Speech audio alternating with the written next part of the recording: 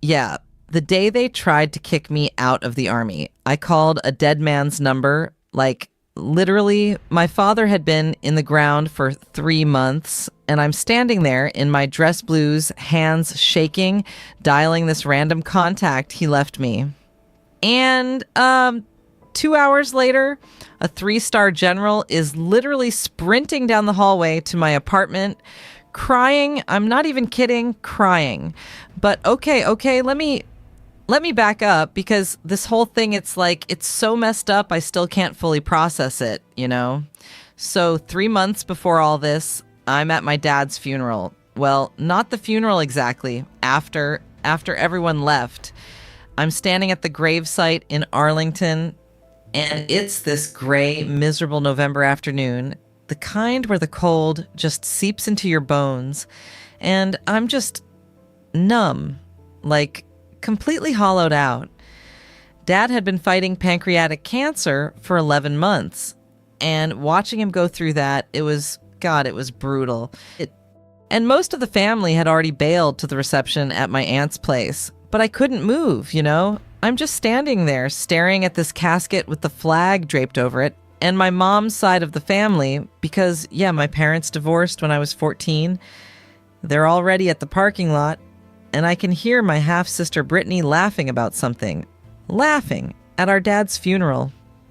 That's when Dad's lawyer, this older guy named Mr. Pemberton, walks up to me.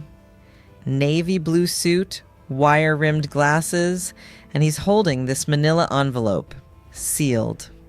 And across the front, in Dad's handwriting, that shaky, barely legible scrawl from the chemo, it says, "When you need it most." I'm like, what? What is this? Some kind of movie moment? But Mr. Pemberton just hands it to me, squeezes my shoulder, and walks away without saying a word. I open it right there. No ceremony, just rip it open, because I'm thinking maybe it's a letter, you know, some final words, some explanation for why he shut everyone out those last few weeks, why he wouldn't let me visit toward the end, but no. Inside is a Post-it note, yellow, one of those standard 3x3 ones. And on it, in that same shaky handwriting, just a phone number, 10 digits, no name, no area code listed separately, just the number. And I'm standing there, cold wind whipping around, holding this tiny piece of paper, and I'm like, what the hell, Dad? This is it? This is what you leave me. Not an explanation, not closure, not even a sorry your childhood was a war zone between me and your mom. Just 10 random digits. I shoved it in my pocket. Didn't think about it again. Well, I mean, I thought about it, but more in like an angry way, you know? Like, thanks for the cryptic bullshit, Dad. Real helpful. Because here's the thing about my family. It's been a battlefield since the divorce. Mom remarried this guy, Richard, when I was 16.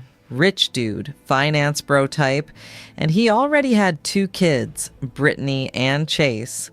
And from day one, they made it clear I was the outsider.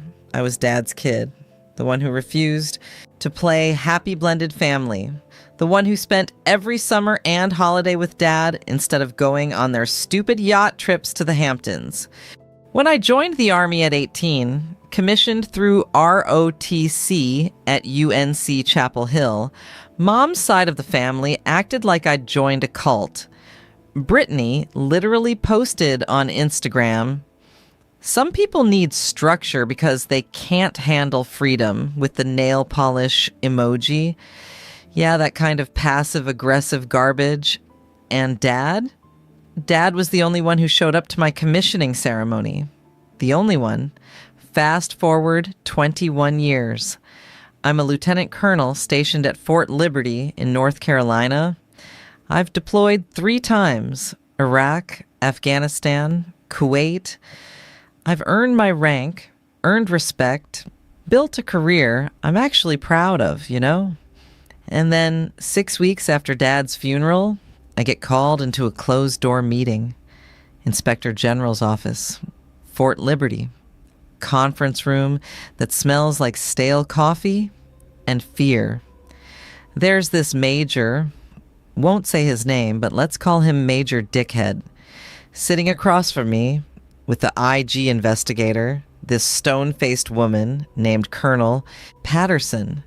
And she slides a folder across the table, bank statements, transaction records, and my signature.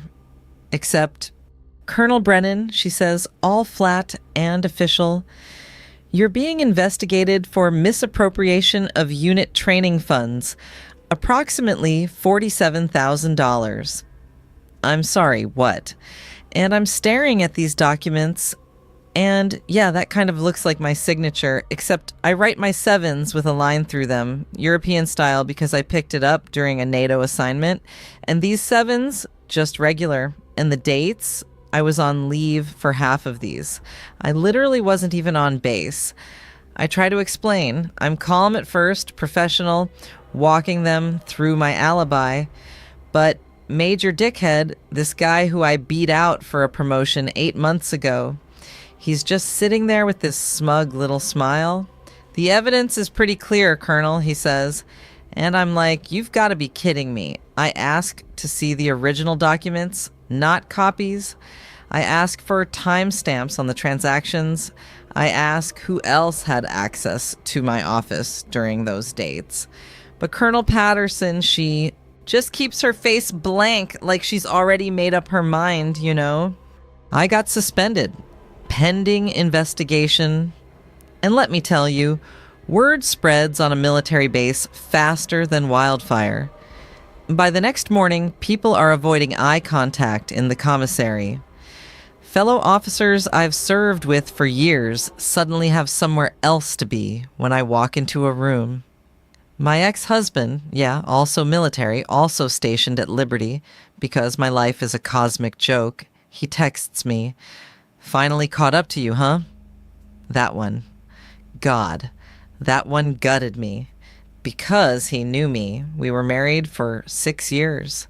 He knew I'd never ever do something like this. Then Mom calls, not to comfort me, not to say, "I'm here for you, honey."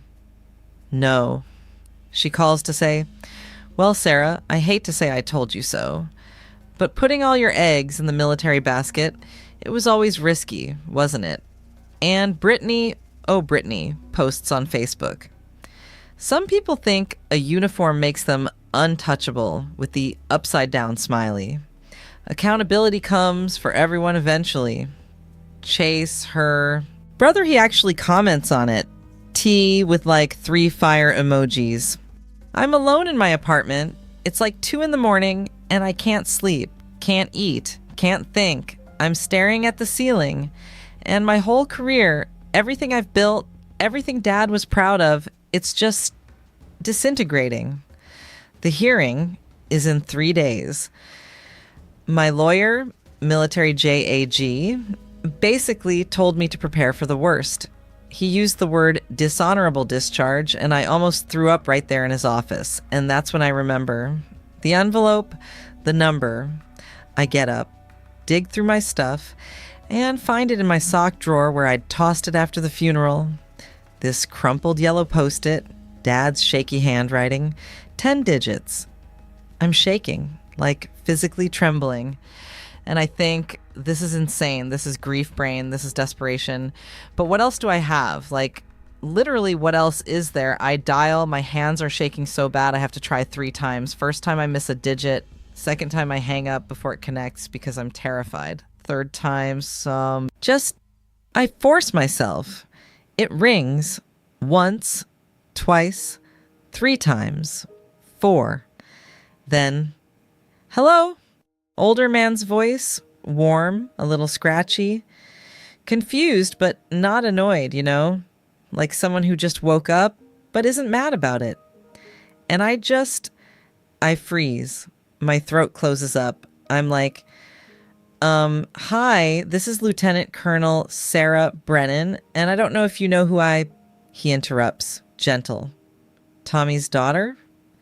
I almost dropped the phone. Tommy. Only his close friends called him Tommy. To everyone else, he was Thomas. Tom at most.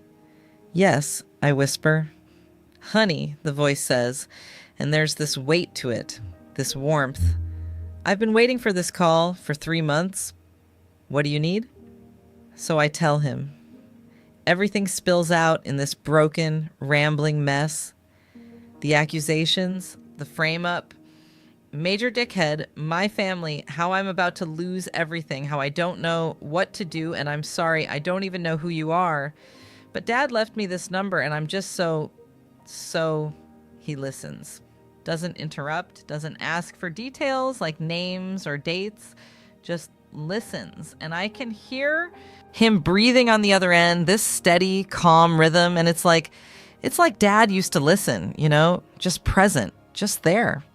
And when I finally run out of words, when I'm just sitting there crying into the phone like a complete mess, he says, give me 2 hours. That's it. Give me 2 hours. He hangs up. And I'm sitting there on my couch, phone in my lap, and I'm thinking, what the hell just happened? Did I just get scammed by some grief counselor? Is this guy going to steal my identity? Did I just commit career suicide by admitting all this to a stranger? I can't sit still. I pace. I make coffee. I pour it out. I make more coffee. I check the time every 30 seconds. 1 hour and 47 minutes later, I'm watching the clock like a psycho. There's pounding on my door.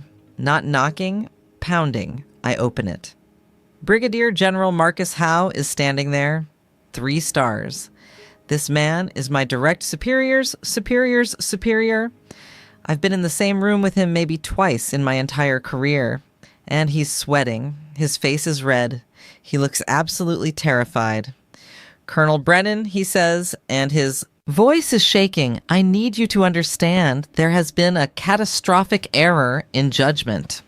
I'm frozen. I don't even invite him in. We're standing in my doorway and I'm wearing sweatpants and an old PT shirt, and this 3-star general is on my doorstep looking like he's about to have a heart attack. He tells me the investigation is closed.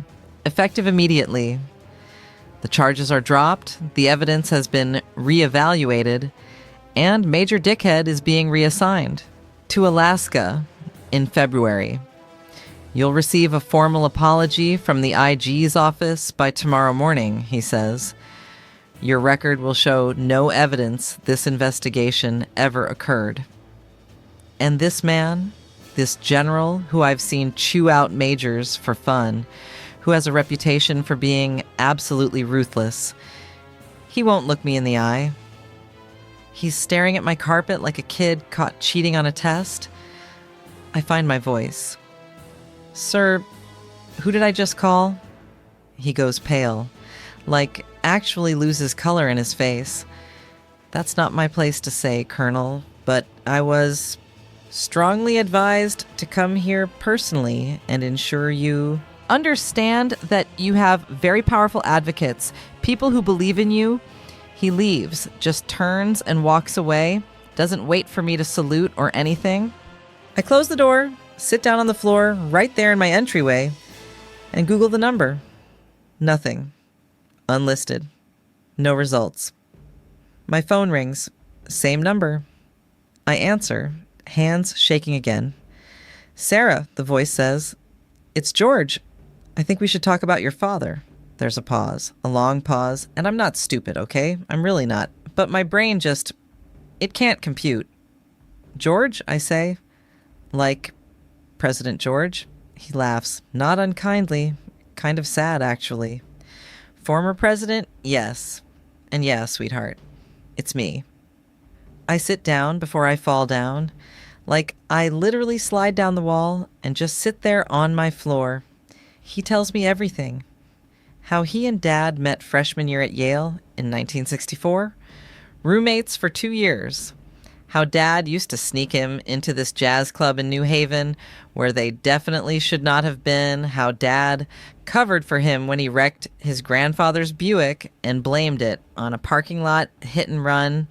How Dad was the only person who let him grieve his sister Robin properly, who didn't try to distract him or tell him to move on.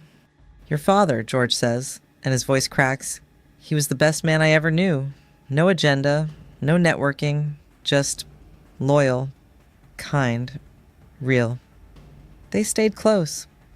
Christmas cards every year, phone calls every few months.